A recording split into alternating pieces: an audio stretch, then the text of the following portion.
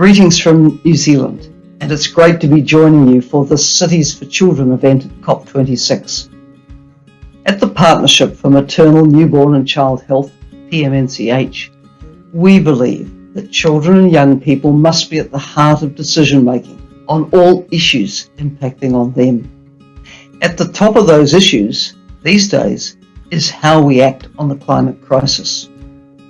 Almost everyone under 18 years of age today is exposed to climate and other environmental hazards to some extent.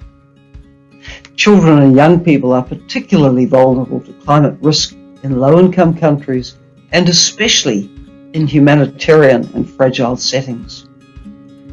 By 2050, almost 70% of the world's children will live in urban areas. Our cities are increasingly vulnerable to climate change, not least to high temperatures, rising sea levels and flooding. Our cities have long been associated with employment, development, economic growth, opportunity. But sadly, they're also strongly associated with poverty and inequality and social exclusion for many.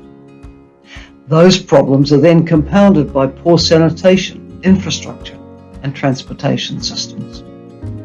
So put that all together with climate change. Many cities have a perfect storm of factors impacting on the health, well-being and life chances of children and young people. What do children and young people think about all of that? In the last few years, children and young people have taken to the streets and used social media to have their demands for action on the climate crisis heard. Now, their ideas must come into policy making. Failing to listen and take action to secure the health of our planet for current and future generations is just plain wrong. And when young people do get a say, they come up with great ideas and innovations because they see the links between the issues. They see how making our planet more sustainable is good for human health and well-being too. That's consistent with PMNCH's call to action for adolescents. We call for joined-up approaches to sustainability and for adolescents and youth to be meaningfully engaged in decision-making. We have to start building better cities, better services, and better climate-friendly environments with and for children and young people.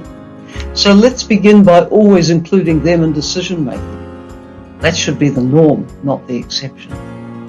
I look forward to hearing of the impact Cities4Children has at COP26, and I hope history will be made in Glasgow in stepping up to fight the climate crisis.